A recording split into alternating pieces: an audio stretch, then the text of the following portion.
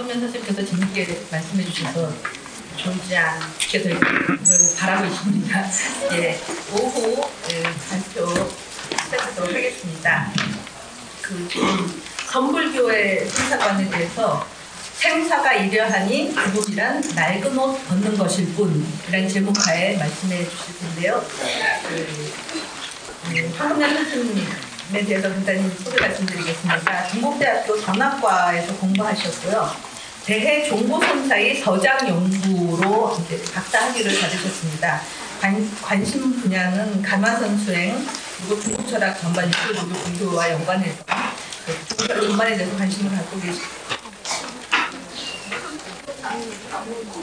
조선 불교사라는 책을 지금 번역하고 계시고, 중국 고봉 원묘나 몽산 격의선사에 대해서 또 한국 광덕스님 선사상에 대해서 논문을 쓰셨습니다. 그리고 현재 동국대학교에서 강의하시고 계십니다. 네, 말씀해 주시겠습니다. 반갑습니다. 오늘 첫 이렇게 넓은 데서 이렇게 제 발표를 하는 게 처음이어서 오늘 좀 많이 떨 것 같습니다. 제가 얼마 전에 그 중국 드라마를 하나 봤었는데요. 그 드라마가 뭐냐면 이제 그 공자의 1대1을 극화하는 것입니다. 거기 보면 이제 공자가 자기의 제자들을 먼저 다 보내고 그 하늘이 나를 버리는구나 이렇게 통탄하면서 자기가 죽음이 다 다가올 때 그때 이제 그 제자와 나누는 얘기가 있습니다. 근데 그 얘기를 제가 안 그래도 이거 지금 발표가 있어가지고 좀 유심히 들었더니 이렇게 얘기하는 거예요. 내가 이제 죽을 때가 다 되어오니까 온 천지 사방에 비린내가 난다는 거예요. 비린내가 가득하구나. 그렇게 얘기하니까 제자가 묻기를 스승님, 그러면 비 온 뒤에 땅이 축축해진 가운데 거기서 나는 비릿한 냄새와 같습니까? 이렇게 물어요. 그러니까 공자가 얘기하기를 비 온 뒤에 그 땅에서 그 축축한 땅에서 나는 그 냄새는 비리지만 그 속에 단 냄새가 있다는 거예요. 달콤한 냄새가 있다. 그런데 죽음의 냄새는 단 냄새가 전혀 없는 비릿한 냄새라고 합니다. 그래서 혹시 오늘 하루 종일 지금 죽음에 대해서 얘기하는데 이 광장에도 혹시 비릿한 냄새가 나지 않을까 그렇게 생각을 해서 여기 지금 발표하시는 모든 분들이 전부 죽음에만 집중해서 이제 말씀을 하실 건데 저는 선가의 죽음에 대해서만 얘기하지 않고 삶과 죽음을 같이 함께 묶어서 얘기를 하려고 합니다. 그런데 사실은 그보다도 더 깊은 이유가 사실 선가의 죽음에 대해서 얘기를 해봐라. 그렇게 얘기하면 제 머릿속에 언뜻 스치는 것이 딱 한마디가 생각이 나는데요. 생사가 이려하다. 나고 죽음이 같으니 뭐예요? 무희영무라. 기뻐할 것도 없고 근심할 것도 없다. 이 개성 하나가 딱 떠오르는 거예요.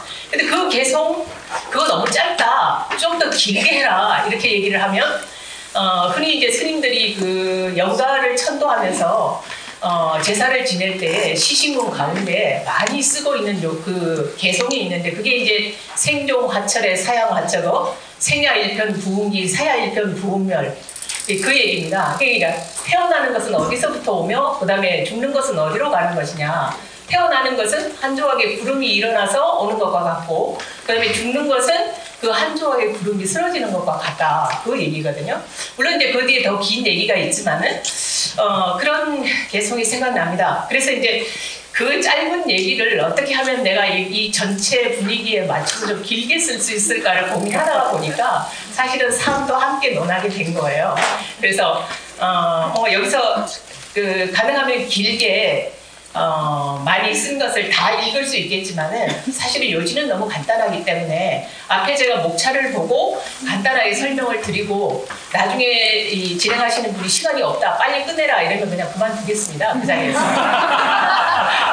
그러면 앞에서 제가 미리 다 말씀을 드렸기 때문에 요지는 다 생사가 이려하니 무희영무랍니다. 네, 그러니까 그렇게 이해를 하시고 그냥 끝내라 그러면 망설이지 않고 그 자리에서 끝내겠습니다. 저기 페이지가요. 저기 30페이지인데요. 30페이지에 보면 목차가 있습니다. 그 목차에 보면 이제 여러 앞에 두 선생님께서 말씀을 하셨듯이 저도 이제 이 그 죽음에 대한 서두를 시작을 했어요. 그래서 제가 서두기를 뭐라고 썼냐면 생명이 직면하는 최상의 고통 죽음이다. 물론 뭐 고통의 정도는 사람마다 다 제각기 다릅니다. 어떤 사람은 사는 것이 죽느니만 못한 사람도 있고 뭐 미모의 상실이 죽는 것보다 더 괴로운 사람도 있고 또 아니면 뭐 재물의 상실이 죽는 것보다 더 괴로운 사람도 있고 요새 이제 자살 현상이 너무 빈번하다 보니까 자살의 종류도 여러 가지가 있는데 어쨌든 그러나 가장 그 죽음이 왜 가장 두려울까 제가 이제 제 나름대로 생각을 해보니까 죽는다는 이 문제는 우리 지금 현재 이 눈을 가지고는 다시 반복할 수 없는 일이기 때문에 그게 두려워서 그런 거 아닌가 그런 생각을 하게 됩니다. 여러분은 어떠실지 모르겠는데 그러니까 뭐 아팠다가 병원에 들어가서 죽을 만큼 아팠다가 다시 살아나오기도 하고 그 다음에 뭐 성형수술할 때는 무지 아파 죽겠지만 또 하고 나면 기쁨이 오기 때문에 그것도 그럴만하게 견딜만하고 뭐 여러 가지가 그런데 그 사람이 죽었다 이러면 지구상의 전 경찰력을 동원해서 수사를 해도 절대로 그 사람 그대로 찾아볼 수 없는 거기 때문에 그래서 아마 우리가 두려움을 느끼는 거 아닐까 그런 생각을 해봅니다. 그래서 이제 거기에 대한 서두를 시작을 했고요. 그 다음에 두 번째에 선가라는 이름을 쓴 것은 우리가 통상 이제 여기 지금 이제 선불교라고 이렇게 명칭을 했는데요. 사실은 제가 이해하는 선불교는 아까 정준영 선생님이 말씀하신 거나 안성주 교수님께서 말씀하신 거나 쭉 연결돼서 초기 불교, 그 다음에 대승불교에 쭉 이렇게 흘러오면서 사실은 선정 사상이 그것이 나중에 중국에 와서 그게 두드러지고 더 그야말로 치밀하게 되다가 보니까 선종이라는 종파로 형성이 되고 그것이 이제 점점 퍼져서 이제는 선불교라는 명칭으로 교학불교와 반드시 함께하는 하나의 장르가 된 것 같아요. 그래 그렇게 이해를 하기 때문에 이 선가라는 이름이라는 이 이제 그 단락을 제가 책정을 한 이유는 그러니까 선불교 이것을 너무 선종에 국한해서 보지 말아라 이런 의도에서 제가 이거를 이제 여기 선정을 했습니다. 그리고 그다음에 세 번째 수심에서 무사로 하는 것은 제가 이제 이 중점적으로 이 죽음에 대해서 혹은 삶에 대해서 고찰을 하는 부분이 중국선인데요. 중국선을 그래도 좀 일별해서 한번 이해할 수 있는 간단하게나마 중국선이 내세우는 어떤 사상적인 흐름을 이해하게 하는 것이 좋지 않을까 그런 뭐 쓸데없는 노파심 때문에 수심에서 무사로 이렇게 그 사상의 변환 과정을 제가 이제 서술을 했습니다. 사실은 여기서 뭐 빼도 무방할 것으로 생각을 합니다. 그 다음에 네 번째 이제 낡은 옷을 벗는다 선가의 생사관 이게 이제 본론인데요. 여기서부터 이제 선가가 어떤 생각을 가지고 있나 그거를 이제 서술을 하게 됩니다. 그리고 삶과 죽음을 놓고 봤을 때 삶을 먼저 서술을 하고 그 다음에 죽음을 뒤에 논하는 것이 순서라고 생각이 돼서 삶을 논했는데 굳이 또 초기 선가의 삶과 수행 이래가지고 개를 지니며 선정을 닦다. 그 다음에 돌을 즐기고 신의를 보이다 이렇게 나누고 그 다음에 6장에 들어가서 닦음없이 닦는다, 조사선자의 삶 이렇게 나눈 이유는요. 지금까지 선을 논하는 경우에 대체로 처음부터 논하는 입장이 가장 넓게 보면 보리달마에서부터 시작해서 논합니다. 그리고 그걸 조금 더 좁게 논하면 육조해능에서부터 시작해서 논합니다. 그리고 그걸 더 좁게 정말로 협의로 논할 때는 마조도일에서부터 논하게 됩니다.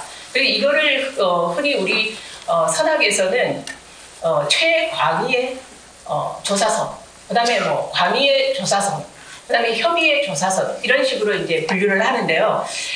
그런 입장에서 봤을 때 초기 선자의 삶과 수행과 그 다음에 그 후기 선자의 삶과 수행을 좀 나누어서 얘기를 해보자 이런 입장에서 5장과 6장을 나눴습니다. 그 다음에 이제 제일 마지막에 7장에 제가 서술한 것은 선가가 보인 다양한 입적에 대한 그 사례들을 제 나름대로 한번 분류를 쭉 해봤어요. 여기 제가 지금 실은 것 외에도 더 뭐 특이하고 다른 것들이 많이 있을지도 모릅니다. 그런데 이제 제가 생각할 때는 일반적으로 교과에서 좀 힘을 얻은 등력한 수행자는 선가의 수행자 성공자에 못지않게 여기 나오는 모습들을 다 보였을 거라고 생각을 합니다. 그런데 유독 이제 선가에는 이렇게 죽었다 저렇게 죽었다 하는 것이 반드시 기록이 돼요.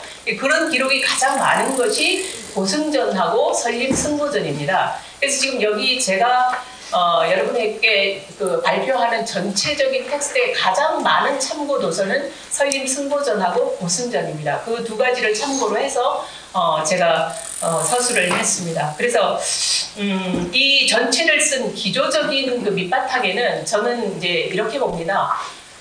선과 교가 다르냐? 선과 교는 다르지 않다. 다만 행법이 다르다. 저는 그렇게 생각을 합니다. 그래서 기본적인 아까 그 초기 불교에서 설명한 죽음관, 그 다음에 대승불교에서 설명한 죽음관과 다르지 않다고 생각합니다. 기조적으로는 다 같은데 다만 선사들은 거기에 관한 자세한 미묘한 아까 설명한 것과 같이 그렇게 아주 세세 미미한 부분을 언급하지 않았을 뿐이지 대체적으로 교학에서 얘기하는 것들을 다 수용하고 있다는 걸 알 수가 있습니다. 그걸 제가 뒤에 중요한 부분만 다 써서 서술을 했습니다. 그러니까 가령 예를 든다면 성가가 윤회에 대한 인식이 없었느냐? 윤회에 대한 인식도 있었다. 그 다음에 12인연이나 무슨 오온에 대한 인식이 없었느냐? 그것도 있었다. 다만 누가 얼마나 더 자세히 설명을 하고 누구 어떤 사람은 더 완전히 생명을 읽는가 그 차이가 있을 뿐이지 전체적으로 기본적인 인식은 같다는 것을 제가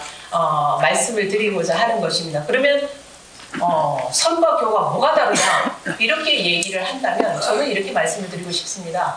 선과 교가 다른 것은 교학 공부를 하는 그 번세함으로 일생에 다 마칠 수 없기 때문에 그거 일단 거두절미하고 바로 수행에 들어가는 것이 선이 아닌가 그렇게 생각을 합니다. 그래서 교배 별전이라고 교 밖에 따로 전한다고 얘기를 하고 분립 문자라고 얘기합니다. 문자를 세우지 않고 바로 직지인심 그 사람의 마음을 가르쳐서 바로 견성성불하는 것이 선이다 이렇게 얘기를 하는데 그 교회 별전 분립 문자 직지인심 견성성불의 기저에 깔린 사상은 문자를 도외시하거나 그 다음에 교학을 경시하거나 하는 태도가 아니라 그거보다도 더 바쁜 일 바로 수행해서 지금 내가 깨달아야 된다는 절대절명한 그 과업이 있기 때문에 그 앞에 것을 전부 다 거두절미하는 것이다 이렇게 이해를 하고 있습니다.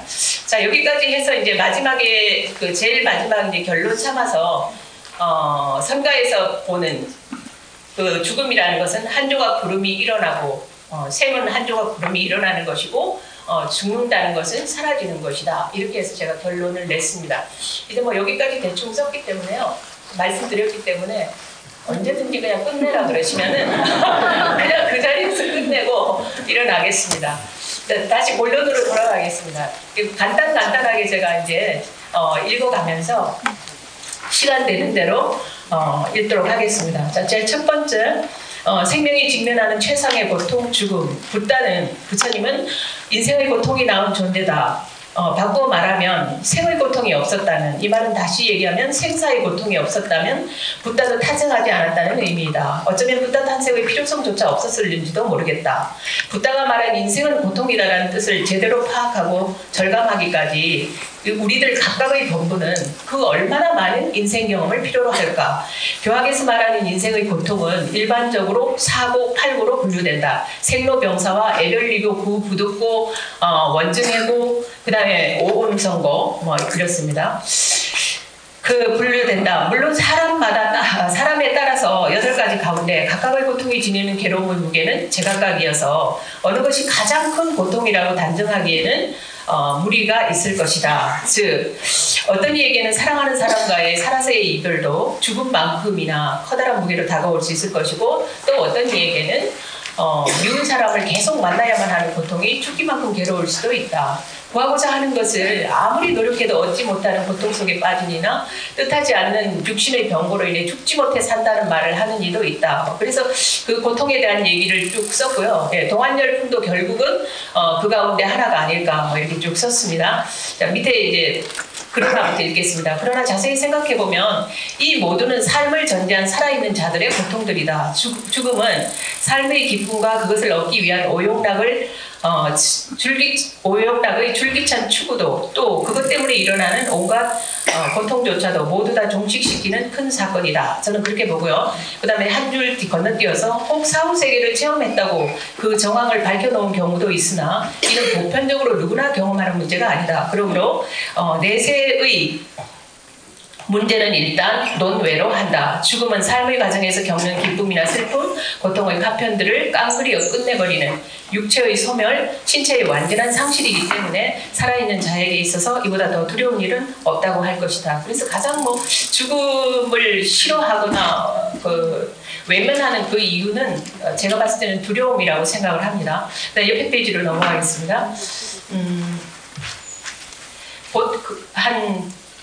여섯째 줄인데요. 보통 사람은 태어남의 고통은 전반적으로 잘 모르고 산다. 탄생을 즐거워하는 축하의 생일잔치가 이를 말해준다. 아까 정준현 선생님이 보여주신 데도 보면은 태어나는 자의 입장에서 보면은 그 좁은 자궁을 뚫고 나오는 이루 말할 수 없는 고통이 있는데 사실은 태어나는 자의 고통은 생각을 안 하고 태어남을 바라보는 자의 입장에서 봤을 때는 탄생의 그 기쁨과 한이로만 가득 차게 보는 거죠. 그래서 해피 벌스데이라고 하지 어해피 벌스데이라고는 안 하잖아요. 그래서 축하의 생일잔치가 이를 말해준다. 그러나 근원을 궁구해보면 모든 고통의 시작은 태어남에서부터 출발한다. 태어남을 고통의 시작으로 보아 고성자의 하나인 생고를 규정하는 것도 불교만의 특색이라고 할 것이다. 그 다음 쭉 다 읽어보시고요. 밑에 결론적으로 말하면 선가의 삶과 죽음에 대한 인식은 교가의 것과 다르지 않다. 그러므로 생사에 관한 구체적인 교설의 내용은 교가의 연구에 넘긴다. 선가는 교가와 완전히 동떨어진 독자적 수행단체가 아니라 교가의 수행 이념 아래 독자적인 수행의 길을 개척해간 자들이기 때문이다. 수많은 수행자들 가운데 선가의 삶은 다른 어떤 수행자들에 비해서도 간결하다. 하지만 그 죽음의 양상은 매우 이채롭고 다채롭다. 할 수 있다. 본 논문의 주요 목표는 선가라고 불리는 수행자들의 삶과 죽음을 고찰함으로써 그들의 삶과 죽음을 통해서 단지 그것을 고찰하는 데 그치지 않고 오늘날 우리들이 기감으로 삼을 만한 요소들이 무엇일까 그거를 공부해보는 데 있다 그랬습니다. 다음 페이지 넘기겠습니다. 선가라는 이름이라서 선가에 대한 규정을 아까 제가 말씀드린 것처럼 선가는 단지 중국의 선종만을 규정하는 것이 아니다. 그러니까 선을 하는 모든 개인이나 단체를 다 일컬어서 선가라고 한다 하는 개념 규정을 제가 쭉 해놓은 것입니다. 나중에 다 읽어보시고요. 옆에 거기 밑에서 153페이지에 밑에서 둘, 넷, 여섯, 일곱 번째 줄에 이제 본 논문의 중심론인 선가의 삶과 죽음을 돌아보기 전에 선가라는 개념 규정부터 먼저 해야 할 것 같다. 가라는 것은 이래서 국어사전에 나오는 가의 개념부터 시작해가지고 그 다음 페이지 넘기시면요. 154페이지에 선의 개념과 정의, 그 다음에 그것이 포함하고 있는 그 내용적인 의미에 대해서 쭉 제가 긴 말로 써놨습니다. 나중에 시간 있으시면 읽어보시고요. 그 다음에 이 오른쪽 페이지에 55페이지에 와서 선의 글자 분석을 통한 개념 정의를 쭉 했습니다. 그 다음에 제일 아래에서 두 번째 줄에는 선의 기원과 범주가 어디까지인가에 대해서 제가 쭉 규정을 했습니다. 간단하게만 잠깐 읽어보면요. 선의 기원은 멀리 기원전 20세기로 거슬러 올라가서 고대 인도인이 요가라고 부르는 우주 합일의 지혜로부터 비롯된다. 선은 디아나의 음사로서 명상을 의미하며 요가는 정신 집중을 의미한다. 그러므로 선은 넓은 의미에서 보면 요가 실습의 한 단계지만 일반적으로는 양쪽 모두 마음을 일정한 대상에 결부시킴에 의해서 마음의 혼란을 가라앉히고 모라적인 밝은 지혜를 얻는 수련이라고 규정한다. 그래서 쭉 자세하게 써놓고요. 그 다음 제일 밑에 줄에 대해서 밑에 아래에서 이제 네 번째 줄에 보면 선에 대한 개념 정의, 그 다음에 그 다양성, 그리고 원론적인 정의가 어떤 것이고 지금 현대의 정의는 어디까지 내려왔나에 대해서 썼습니다. 그럼 가장 쉽게 우리가 이제 접근할 수 있는 그 정의로서는 선은 신체의 바른 처신이고 조용하고 기쁜 호흡법이고 넉넉하고 너그러운 마음가짐을 공부하는 일이다. 이렇게까지 내려왔습니다. 그래서 선은 사실은 해탈을 추구하는 언어도단하고 심행처멸인 말의 길이 끊어지고 마음 가는 길이 끊어진 그 자리에서부터 한참 내려와서 스트레스를 해소하고 건강을 도모하는 데까지 내려와서 지금 선은 광범위하게 이용되고 있습니다. 거기에 대해서 쭉 쓴 것이고요. 그 다음에 157페이지에 그 제일 마지막 단락에 그러므로 이렇게 보아서 선가라는 낱말을 개념 규정을 완전히 정리를 해보면 불교의 여러 가지 수행 덕목 중에서 선수행을 하는 사람들 위에서 말한 여러 가지 성적 요소를 추구하며 수행하는 개인 또는 부류를 말한다. 이렇게 제가 정리를 하고 시작했습니다. 그래서 제가 앞으로 쓰는 지금 논문에는 선종이라는 표현이나 선불교라는 표현을 쓰지 않고 계속해서 지속적으로 선가 내지 선자라는 표현을 쓰겠다. 이런 걸 미리 밝혀놨습니다. 그 다음에 뒷페이지에 158페이지에서는 나중에 한번 읽어보십시오. 사실은 이 논문에서는 없어도 되는 부분인데 제가 좀 그냥 높아심에서 썼습니다. 그리고 뒤에 161페이지에 보면요. 보리달마로부터 뒤에 선자들에 이르기까지 표방하는 그 사상적인 기치를 제가 쭉 정리를 해놨는데요.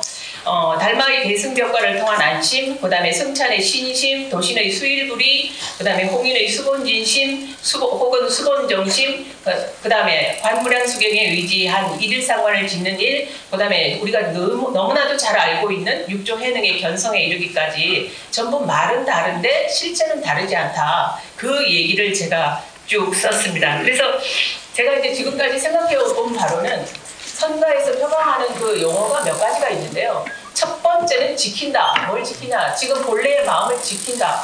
그 다음에 그것이 이제 좀 변해 가고 나면 말에 표방하는 그 내용이 육조 해능에 와서는 지킨다가 아니라 본다로 됩니다. 그래서 견성이라고 하죠. 뭘 보냐? 자기의 본성을 본다. 이렇게 바뀌고 나중에 이제 조사선이 점점 깊어지면 지킬 것조차 없어져서 닦을 것이 없다로 이제 표방되게 됩니다. 그래서 그런 몇 가지의 특성이 있다는 것을 제가 쭉 여기에다 나열을 했습니다. 뒷페이지 넘기겠습니다. 162페이지에 거기 중간쯤에 보시면요. 그래서 백장의 무렴칭성, 그 다음에 황벽의 일진법계, 임제의 일무의진인, 무의진인의 표방이 전부가 다 말의 표방은 다르지만은 내용은 크게 다르지 않다는 것을 제가 말씀을 드린 겁니다. 그리고 이제 가나선에 이르기까지 왜 가나선이 나왔나도 간단하게 언급했습니다. 이런 건 뭐 많이 들어보셨기 때문에 나중에 하기로 하고요. 자, 이제 본론으로 들어가겠습니다. 선가의 생사관이 뭐냐? 선가의 나고 죽는 것을 보는 시각은 죽는다는 것은 낡은 옷을 벗는 일이다. 이렇게 본 거죠. 그래서 여기 이제 제가 천령도해선사의 개송을 하나 번역해서 올려놨습니다. 내 나이 76, 세상 인연이야 지금 이미 넉넉하네. 살아서는 천당을 좋아하지도 않았고 죽더라도 지옥 또한 두려워 않으리. 그 다음에 손 놓고 3개밖에 몸을 누이니 인연 따라 자유로워. 근데 요지는 인연 따라 자유로웁니다. 인연 따라 자유로워서 굳이 배척해야 할 죽음도 없고 굳이 취하려고 길을 쓸 삶도 없다는 것이 선가의 생사관이다. 그 얘기를 제가 한 겁니다. 뒷페이지 넘기겠습니다. 164페이지에 중간쯤에 보면 태어나고 죽음이 마치 한 조각의 구름이 일어나고 사라지듯 인연이 모이면 생기고 인연이 흩어지면 멸하는 하나의 현상일 뿐 일어남의 기쁨이나 멸함의 슬프고 안타까운 의미 따위는 전혀 개입되지 않는 것이 할 일을 다해 마친 선가의 생사인식이다. 그런데 이건 굳이 선가에만 국한되는 것은 아니고 소위 말해서 연기법이 투철하고 수행을 좀 했다고 하는 교가의 다른 수승한 수행자도 역시 마찬가지일 것이다. 제가 그렇게 썼습니다. 네, 이 페이지 넘어가겠습니다. 165페이지에 그 중간쯤에요. 이는 선사 자신의 삶과 공부의 단면을 보여주는 동시에 지금 그 개성을 얘기하는 겁니다. 보여주는 동시에 후대 선자들에게 삶의 수행 방향과 그 다음에 죽음의 지표를 제시한 것이기도 하다. 뭐 이렇게 해서 쭉 그 보리달마의 이 사행과 연관 지어가지고 제가 길게 설명을 했습니다. 나중에 시간 나시면 할 일이 없으시면 그냥 한번 읽어보시고요. 할 일 많으시면 보지 마시고요. 그렇습니다. 자, 그 다음에 뒷페이지 넘기겠습니다. 166페이지에 이러한부터 읽겠습니다. 이러한 그들의 태도의 밑바탕에는 삶과 죽음을 하나로 보는 철저한 생사 이력관이 깔려있다고 할 것이다. 삶과 죽음이 둘이 아니라는 소식은 이미 붓다의 니련선화의 열반에서 보여준 니련선화 곽시상부 모습이 그러하다. 그러니까 마지막 열반하실 때 가섭이 오지 않아서 계속 태우지를 못하고 있었는데 마지막에 가섭이 도착해가지고 세존이시 어떻게 이렇게 일찍 가십니까? 이러니까 두 발이 반박으로 이렇게 탁 나왔다. 그래서 그거는 법신불멸, 법신상주를 얘기하는 것이다. 그게 이제 각시상부의 소식입니다. 그 다음에 이게 진짜인지 아닌지는 모르지만 하여튼 어쨌든 그 실려있는 이거 스님들이 시식할 때 그 시식문 속에 나오는 건데요. 총령도중 수유청리의 일화가 그러하다. 이거 다 설명하려니까 좀 시간이 많이 갈 것 같아서 뒤에 각주에 자세히 해놨으니까 나중에 한번 읽어보시기 바랍니다. 그래서 뭐 전체적으로 생사 이력안에 의해서 수행을 한다. 그런데 생사 공부의 출발은 그러면 어디서부터 시작이 되냐? 완전히 생사 이력안이 확립되지 않은 사람은 어디에서부터 출발을 해야 할까? 이걸 제가 이제 한번 공부를 해보니까 책을 찾다가 보니까 역시 무상의 인식에서부터 시작하는 것이구나 이렇게 생각이 됐습니다. 그래서 오른쪽 페이지 167페이지에 그들의 공부는 무상에 대한 확실한 자각에서부터 시작된다. 이 무상에 대한 인식을 써놓은 선가의 그 선사들의 그 글은요 너무 많아서 다 들 수가 없습니다. 그러니까 나중에 뭐 제가 들어놓은 거 한번 보시고요. 그 다음에 그래서 생사대사라고 한다. 가장 큰 문제여서 1대사 2년 혹은 뭐 생사대사 이런 말을 성가에서 심심찮게 쓰는 것입니다. 그래서 밑에 페이지에는 뭐라고 썼냐면요. 일반 법문보다 사실은 실제로 이 생사 이력안에 대한 인식을 가지고 있는 선가의 수행자들이 더 철저하게 가지고 있다. 그런 얘기를 썼습니다. 여기 스님들도 몇 분 계신 것 같은데 초발심 자경문에 제일 처음에 그 보조 국사에 초심에 보면 제일 뒤에 그게 나오지 않습니까? 무상에 대한 인식이 시시 이하야 속격 이래하며 일일 이하야 속격 월해하며 월을 이하야 본래 연자며 한자로 쫙 하니까 그런데요. 시간 옮겨서 날이 되고 나날이 옮겨서 달이 되고 다달이 옮겨서 1년이 되고 그 다음에 그 1년 옮겨서 잠깐 사이에 죽을 문에 일어나니 어찌 공부하지 않으랴. 부서진 술에는 뭐 갈 수가 없고 노인은 닦을 수가 없다. 뭐 이런 얘기가 그 보조국사의 얘기에도 나옵니다. 자, 그럼 다음 페이지 넘기겠습니다. 쭉 다 읽어보시고요. 그래서 이제 무상의 신속에 대한 철저한 자각에서부터 시작한다. 그래서 168페이지 제일 밑에 무상의 신속과 고해의 칭륜함을 생각하는 성가의 인식은 여러 어록을 통해서 엿볼 수 있다. 이래서 대해종고와 그 다음에 위산 대원선사의 윤회관에 대해서 자세히 썼습니다. 선사가 윤회에 대해서 어떻게 생각했냐 매우 궁금해하실 것 같기 때문에 이 부분만 읽겠습니다. 중간 부분입니다. 위산 대원선사는 이어서 윤회에 대한 자신의 견해도 설하고 있다. 선사는 우리의 몸은 환과 같은 것, 꿈으로 된 집과 같은 것이라고 보고 과거세가 무궁하듯 미래세도 다함이 없어. 여기에서 나고 저기에서 죽으니 죽음에 그 피로함이 이루 말할 수가 없다. 삼계의 윤회를 면치 못하거니 어느 때에 쉴 수 있을 것인가. 세간을 탐착하고 연연하여 오음과 12인연이 바탕을 형성하였다 하고 이어서 세월이 아까우니 금생을 헛되이 보내면 내생이 막힌다. 이런 얘기를 하셨습니다. 이와 비슷한 얘기는 너무 많기 때문에요. 이 단면만 봐도 교과의 전체적인 개념이 다 깔려있다는 것을 알 수가 있을 것입니다. 밑에 제가 소위경전 부분을 제가 말씀을 드렸는데요. 본래 뚜렷한 소위경전이 없는 성가는 모든 경전이 소위경전이라 할 수 있다. 이렇게 썼습니다. 사실 이제 중국 성가의 소위경전이 뭔지는 아시죠? 의지하는 바의 경전. 뭐 예를 들어서 화엄종은 화엄경이 의지하는 바의 경전이고, 그 다음에 뭐 법화종은 법화묘본연화경이 의지하는 바의 경전인데, 성가는 불립문자 교회별전을 하면서 표방하면서 무슨 소위경전이 있냐 이렇게 말씀을 하실지 모르겠는데 전체 소위경전이 전부가 다 소위경전입니다. 제가 쭉 한번 찾아봤더니 달마에서부터 해가에까지는 능가경이 소위경전이었고요. 그 다음에 그 이후에 도신 이후에 가면 문수설 반야경, 반무량수경, 반주삼매경 이런 것들이 이제 소위경전이었고 그 책 속에 이제 그렇게 나옵니다. 그 다음에 해능에 이르면 이제 금강경이 드디어 소위경전이 되고 해능과 가장 쌍벽을 이루었던 신수는 매우 박학한 선사였기 때문에 신수는 화엄경 그 다음에 법화경, 유마경, 대승기신론에 이르기까지 인용하지 않은 것이 없습니다. 그리고 그 이후의 선사들은 너무 많은 경전을 다 인용하고 있기 때문에 선사는 무식하다 이런 개념을 우리가 불식해야 되고, 선사는 경전을 무시한다 이런 개념도 불식해야 된다고 생각을 합니다. 자, 다음 페이지 넘기겠습니다. 170페이지.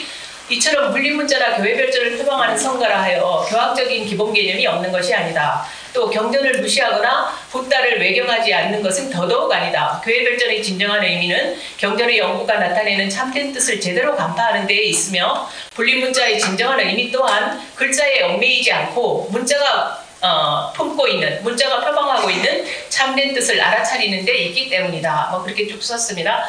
그래서 마지막도 이제 중요한 부분은 사실은 분리문자 교회별전을 표방하는 성가에서 모든 경전을 도외시한 것 같이 보이면서도 실제로는 되게 말을 너무 많이 하셔가지고 어록이 없는 어록이 없습니다. 하긴 요새는 뭐 김제동도 어록이 있으니까요. 그래서 다 어록이 다 있죠. 저도 좀 이따 어록 하나 내려고 그랬는데요. 그래서 이제 그렇게 어록이 많습니다. 근데 그 어록을 가만히 살펴보면은 전부가 다 경전을 이끌어와서 증명을 다 합니다. 그러니까 내가 지금 깨달은 바, 그 다음에 내가 너희 제자들에게 얘기하는 바가 전혀 허망한 소리가 아니고 이건 다 무슨 경에 나오는 얘기고 어디에 증거가 있는 것이다. 이런 걸 분명하게 들고 있기 때문에 그거를 학문적으로는 경증이라고 얘기합니다. 경전을 이끌어와서 인증한다는 것이죠. 도장을 꽉 찍어서 이건 그냥 허투루 내가 그냥 아무렇게나 지어낸 말이 아니고 부처님 말씀 속에 있는 말이다. 이렇게 얘기를 한다는 겁니다. 그래서 그 얘기를 쭉 썼고요. 그 다음에 뭐 뒤에 쭉 많이 썼습니다. 이 페이지로 넘어가겠습니다. 171페이지에 설사 그러면 이렇게 공부를 무상에 대한 인식이 간절해가지고 열심히 공부했는데도 금생에 깨닫지 못하면 죽은 뒤에는 어떻게 될까? 이거 매우 궁금하잖아요. 그런데 선사들은 분명한 인식을 가지고 있었어요. 그래서 거기 제가 써놨는데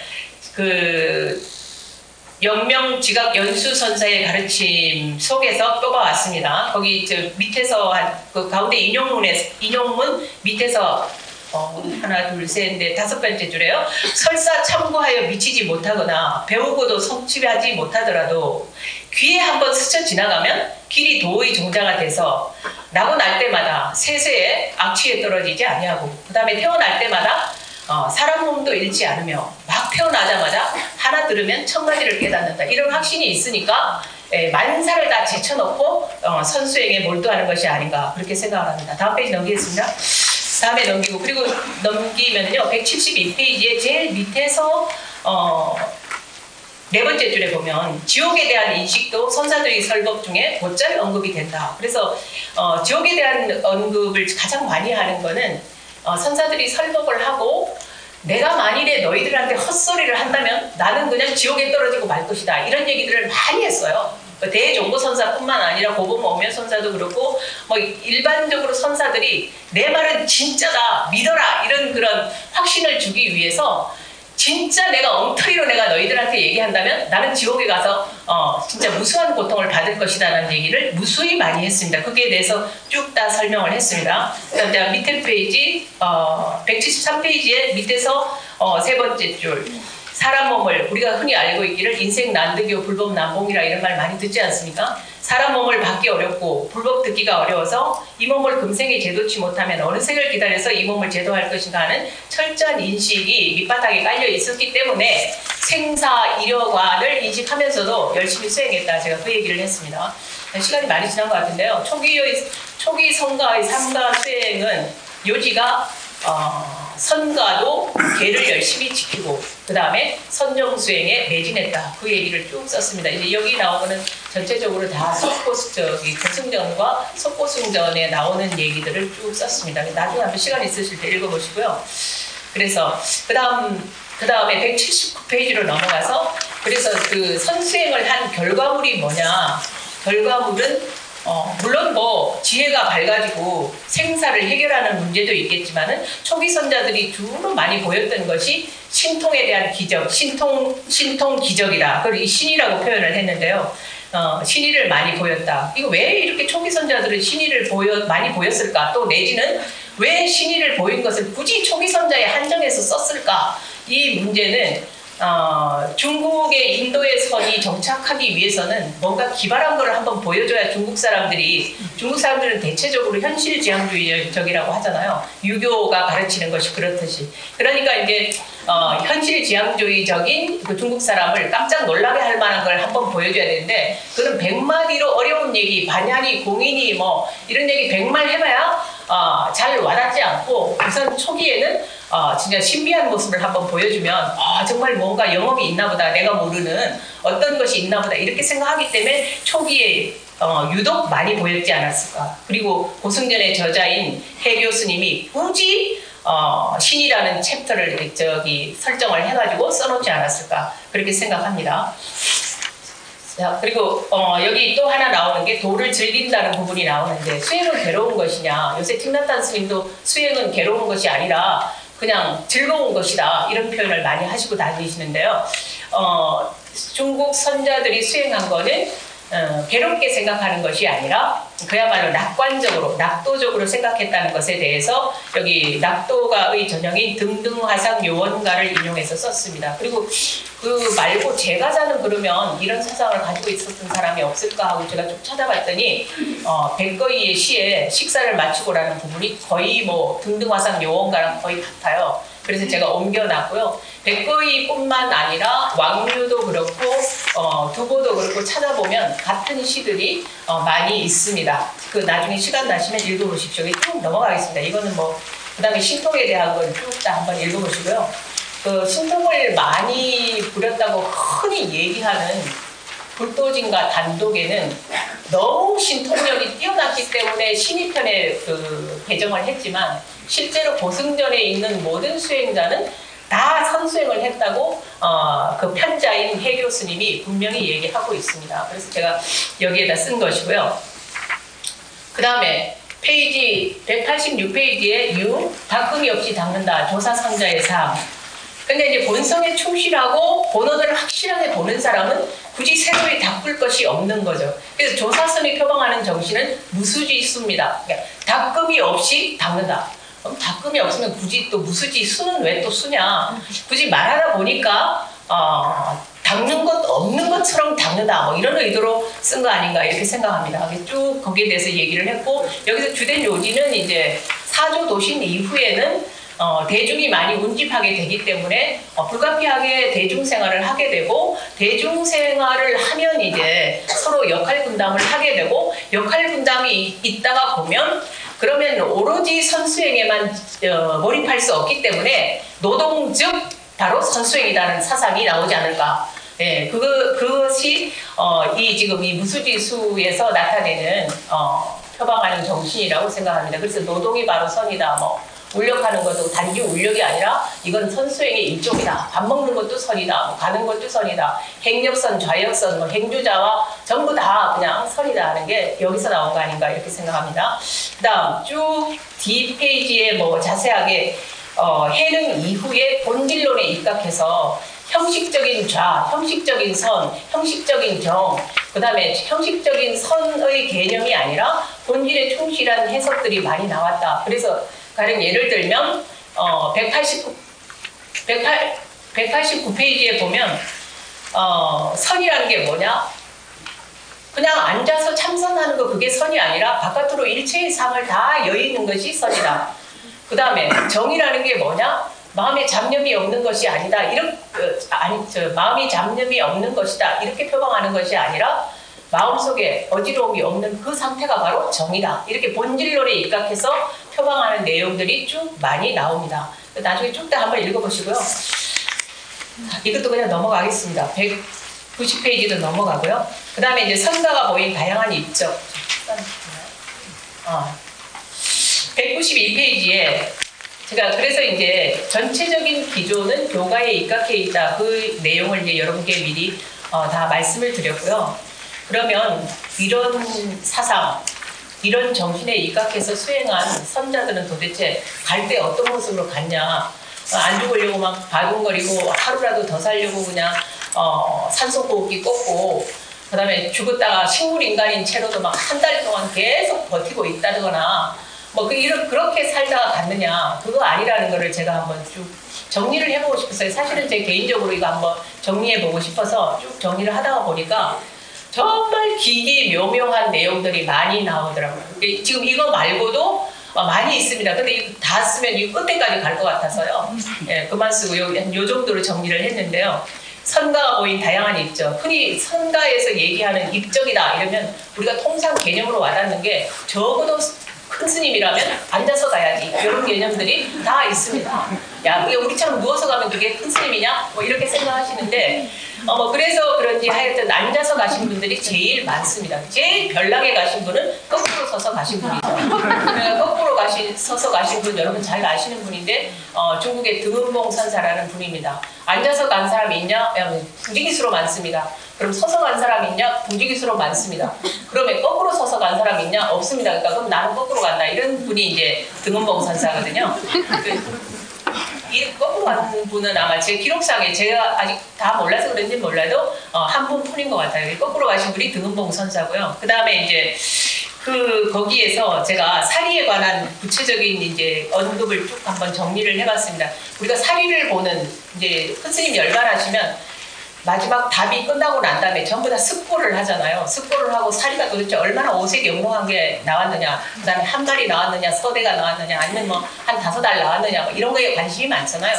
그래서 이제 거기에 대한 정리를 제가 쭉 했습니다. 사리를 보는 관점은 2가지인 것 같아요. 하나는 매우 이것은 소중한 것이어서 수행의 결정물이다 이렇게 생각을 하고 그걸 소중하게 다루는 측면.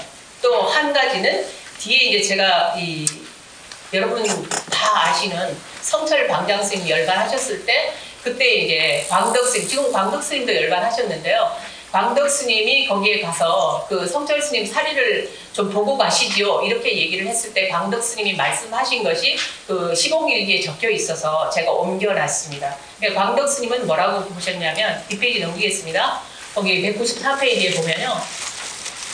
위에서 셋째 줄에 보면 견고해서 타지 않고 남아있을 뿐 그 이상의 의미를 부여해서 집착하는 것 역시 상을 여의고 상을 보지 말라는 금강경 그 개송가운 사국의 가운데 일체유의법 여몽한포령 여러 역외전 응작 여시관 이거 누구나 다 알고 있잖아요. 그러니까 거기에 충실하지 못한 거다 이거죠. 그래서 사리는 그냥 안 보는 게 좋겠다. 그래서 광덕스님은 좀 성철 방장스님은 좀 서운해 하실는지 모르겠습니다. 하여튼 그렇습니다. 그래서 그런 사리 보는 관점은 2가지다.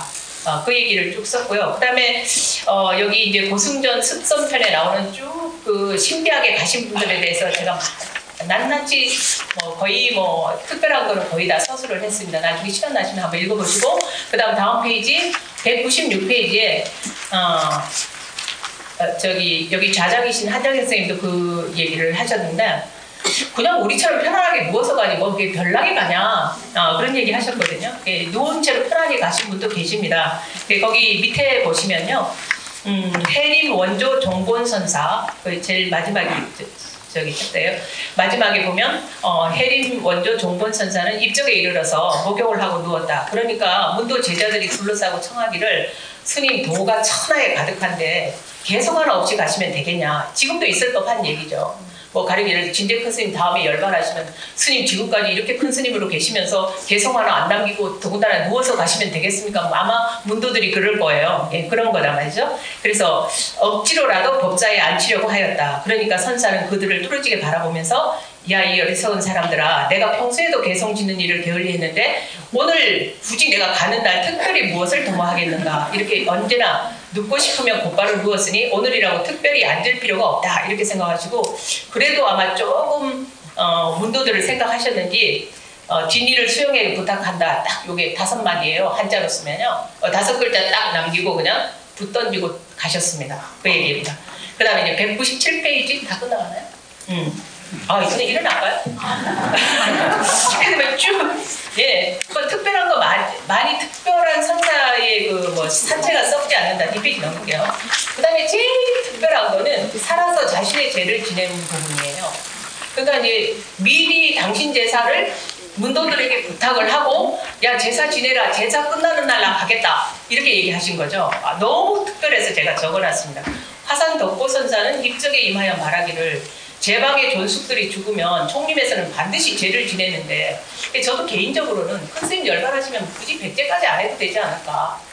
스님들이 좀 뭐라 하실는지 모르겠는데 큰 스님 다 알아서 가셨는데 굳이 백제까지 지내나 뭐 이런 생각하는데 이제 그거는 이제 후학들의 정성이겠죠.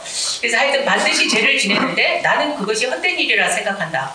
내가 죽을 것 같으니 그대들은 먼저 나의 죄를 지내라. 죄 끝나면 갈 것이다. 죄를 다 마치고 나니까 스님 죄 끝났습니다. 이렇게 얘기하니까 그럼 가야지. 그런데 내일 눈 개면 가겠다. 아직 눈도 안 오는데 왜 눈 개면 간다고 얘기하는지 아마 다 어리둥절했을 겁니다. 그런데 정말로 눈이 온 거예요. 눈이 오고 그 눈이 그치니까 바로 가셨다고 합니다. 너무 놀랍죠. 뭐 이런 것들이 뭐 비일비재합니다. 네, 그런 것들 쭉 다 한번 읽어보시고요.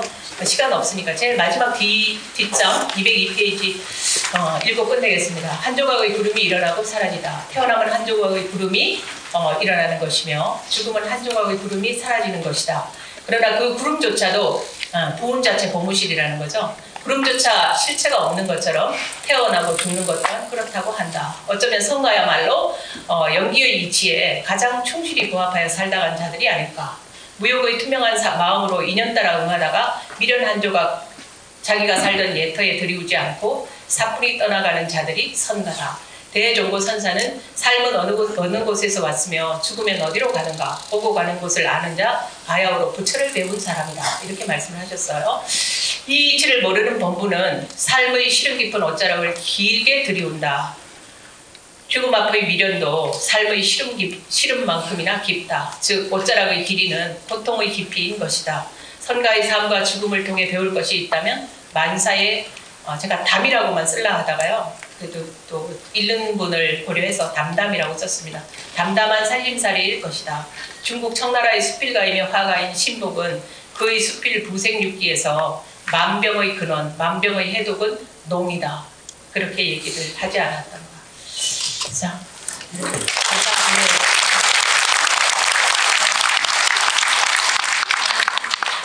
말씀 시작하실 때 떨리신다고 그러시더니 하나도 떨지 않고 재밌게 말씀하셔갖고 제가 여기서 보니까 아무도 눈을 감고 식사하는데도 아무도 눈을 감고 계신 분이 안 계셨습니다. 선생님께서는 그 성가의 사상이 그 교종의 사상과 특별히 다른 어떤 특별한 다른 생사관을 가지고 있지 않다. 윤회도 다 인정한다. 이제 뭐 이렇게 말씀을 하셨는데 그 이제 생사관에 있어서 이제 선종이 특이한 거가 선생님 계속 말씀하신 것처럼 한 조각 구름이 일어나고 사라진다. 인연이 닿으면 구름이 생겨났다가 흩어지듯이 그러면 이제 그것이 다다. 이렇게 말씀을 하셨는데 제가 이제 계속 질문을 드렸었던 것처럼 이제 한 가지 질문을 한번 드려보면요. 지금 이 발표로서 이제 동양 사상 뜻입니다. 네 번째, 다섯 번째는 서양 철학하고 의학, 이제 과학으로 넘어가기 때문에 사실은 불교랑 유가, 도가 사상을 같이 우리가 다루려고 했었는데 이제 그 발표 맡으셨던 분이 이제 빠지셔서 이렇게 됐거든요. 그래서 선생님께서 유가, 도가 쪽으로도 같이 뭐 백거리도 나오고 이제 말씀이 나오셨기 때문에 질문 드려보면은 유가에서는 생사가 그러니까 불교적인 윤회를 비판하면서 얘기할 때 항상 이 천지 자연의 기가 모이면 그것이 삶이 개체적인 삶이 되는 거고 죽으면 이 기가 다 흩어진다. 양기 음기가 그러니까 양기는 혼하고 음기는 백이 모여 있어서 사람이 되다. 그러니까 심신을 이루다가 죽으면은 혼비백산이라고 이야기하죠. 혼기는 양기는 위로, 백기는 이제 땅을 해서 천지 자연으로 다 돌아간다 이렇게 이야기하는데 지금 여기서 선생님이 강조하신 것처럼 태어나고 죽음이 구름이 모였다가 흩어지는 것과 같다라고 얘기했을 때 그것이 물론 중국에서 이제 선이 더 발달을 했었지만 그런 사상하고 어떻게 구분되어야 되는가 이런 그 의문이 드는데요. 선생님께서 그러니까 이 두 가지 측면을 볼 수 있을 것 같아요. 그러니까 구름이 모였다 흩어지는 걸로서 생사를 하나 설명하시고 선생님 근데 발표 논문의 제목은 죽음이란 뭐죠? 낡은 옷 벗는 것일 뿐 했을 때 낡은 옷을 벗으면은 새 옷을 다시 입고 벗고 하면서 몸이 있지 않습니까? 그러니까 이렇게 윤회를 설명할 때는 낡은 옷 벗는 것일 뿐이다라는 것이 더 잘 적합한 비유 같기는 한데 이제 내용에서는 구름이 모였다 흩어졌다 할 때는 모였다 흩어지면 아무것도 없는 거죠. 그러니까 이제 이거는 윤회랑 어떻게 이게 잘 화합할 수 있을까 이런 그 질문을 드려보고 싶습니다. 저도 이제 그거 평소에 제가 생각해 왔던 부분인데요. 육아에서 이제 얘기하는 가령에서 혼백이 호는 하늘로 무겁기 때문에 양이기 때문에 하늘로 올라가고 백은 무겁기 때문에 그리고 음이기 때문에 땅속으로 들어간다. 이렇게 육아에서는 얘기를 하거든요. 그래서 그 태어나고 죽는 것이 기가 모이고 흩어짐이다. 이렇게 얘기하는 거라. 그러면 구름이 때가 돼서 보이고 그 다음에 구름이 2년이 닿으면 흩어지는 거랑 무슨 차이가 있을까? 제가 한번 생각을 해봤더니 기가 모이고 기가 흩어진다를 제가 이제 그런 얘기를 한 것이 사실은 주희에서부터 시작이 된 거예요. 육아가 계속 발전하면서 주자어류에 나오는 얘기거든요. 그러니까 이제 그 아마 불교에서 조금은 채용해 가지 않았을까 그런 생각을 하고요. 다만 면밀하게 채용해 가지 않아서 불가와 똑같은 얘기를 하지 않았지 않나 그런 생각을 하는데요. 불교에서 인연이 모이고 만나는 것은 모이고 흩어지는 것은 그야말로 인과 연이 합쳐졌을 때 소위 아까 초기 불교에서 얘기하는 그 업력이라는 것에 인연이 모였을 때는 잠시 있었다가 그것이 흩어질 때 흩어져 가지만 육아에서 얘기하는 기라는 건 아마 구체적 설명이 없는 것으로 봐서 무작위적인 기가 아닐까. 좀 우연성에 기초하지 않나. 예, 저는 그렇게 보고 있습니다. 아직까지. 좀 더 공부를 해봐야 되겠지만은 육아에서 그냥 얘기하는 거는 단지 그냥 우연성에 의한 기의 합치와 기의 이산이다. 그러나 불가에서 얘기하는 거는 단지 말의 표현은 구름이 모이면 뭐예요? 생기고 인연이 모이면 구름이 생기고 인연이 흩어지면 구름이 소멸한다 이렇게 얘기하지만 그 중심에는 그 업력이라는 것이 존재하는데 육아에서는 그것이 없는 것이 아닌가 저는 그렇게 보고 있습니다. 조금 더 공부를 해봐야 되겠지만요. 네, 저도 평소에 관심을 많이 가지고 있는 분야거든요. 그 기랑 불교에서 말하는 업력의 그 차이를 통해서 이제 설명하신 것 같습니다. 예, 이것으로 선생님 발표 잘 들었고 감사드립니다.